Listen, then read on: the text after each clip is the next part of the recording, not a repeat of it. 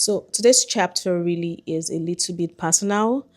And funny enough, I wasn't even thinking of running this video today or talking about this. I had lunch with one of my uncles, and that just brought this back into perspective for me. My uncle is actually in Nigeria, so whenever he's in the country, we try to sit down, catch up, and just talk. And somewhere in the middle of the conversation today, he said something very profound that completely left me, you know, wow. It changed my perspective about something that happened years back. And honestly, I don't think I have processed it fully. So we are basically right now processing it together, like right now. When I was younger, I had a grudge on, you know, a particular uncle of mine, a very strong grudge. I mean, it disappointed me in a way that I wasn't expecting.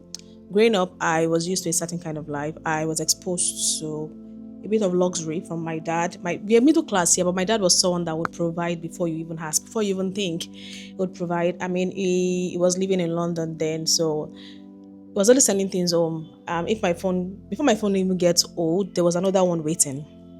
That kind of life.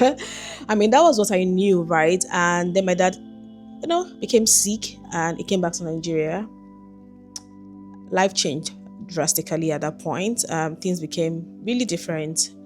I remember there was a period where my phone was really bad. Like he actually, I didn't even have a phone again, and I don't even remember if it was my final year or service year. I can't remember right now, but I remember needing another phone urgently, badly, like right now.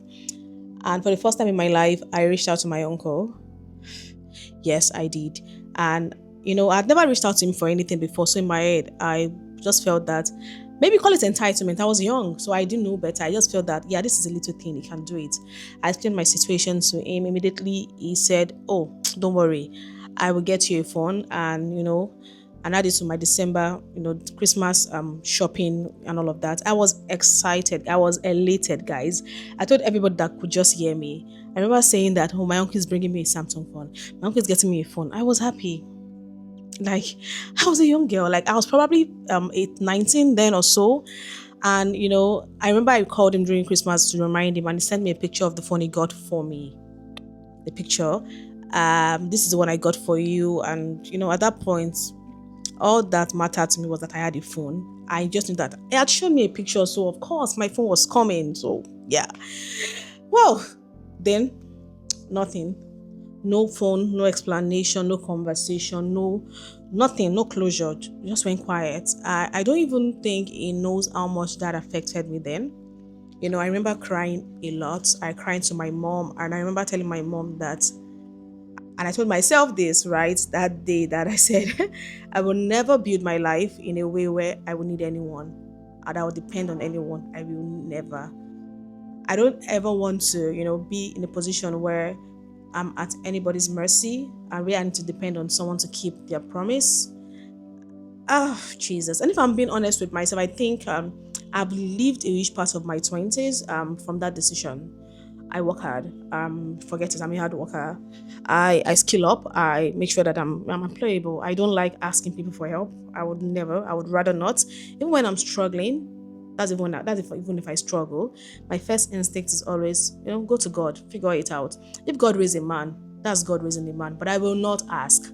That younger girl still remembers that disappointment like yesterday, right?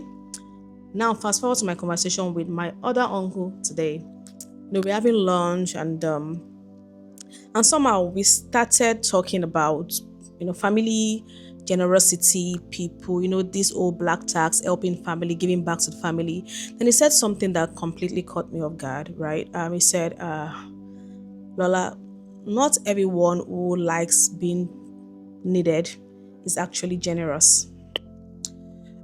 He explained further by saying sometimes people enjoy being the person where that everybody depends on, not necessarily because they are bad people, but because it feeds something in them. It feeds their ego. It gives them a sense of importance. I mean, it makes them very powerful. It makes them like, oh God. And sometimes the help they give isn't really even about you. Nah, You ask them for help, yeah, okay. It's about what helping you makes them feel. Like when he said that, I just, became quiet. I wanted to get what he was saying because for the first time, I wasn't looking at that old situation through the eyes of a little girl. I mean, who didn't get a phone or whatnot. I was looking at it through a completely different lens, right? And whether that explanation is entirely true or half true, nah, that's not the biggest lesson. The biggest lesson for me from that conversation today is sometimes we carry resentment because we think we know the whole story. We think we know the 360 picture, and what we only know is what we experienced. One conversation, one side of the story, one perspective, one missing piece of information can completely change the weight you have been carrying for years. That's exactly what happened to me today. I mean, I left that lunch feeling very light, feeling very free. Not because anybody apologized to me. I didn't get an apology. Nobody even knows about this. Not because anything changed from the past, but because my perspective changed, right? And maybe that's another lesson I am learning as I get closer to 30. Sometimes healing doesn't come from getting answers or from getting closure or from getting, an apology. Healing comes from accepting that they are part of people's story that you never fully know, and that's okay. You don't have to carry the resentment forever. Sometimes the strongest thing you can do, for yourself is finally putting it down. The resentment, put it down, put it away. Bye.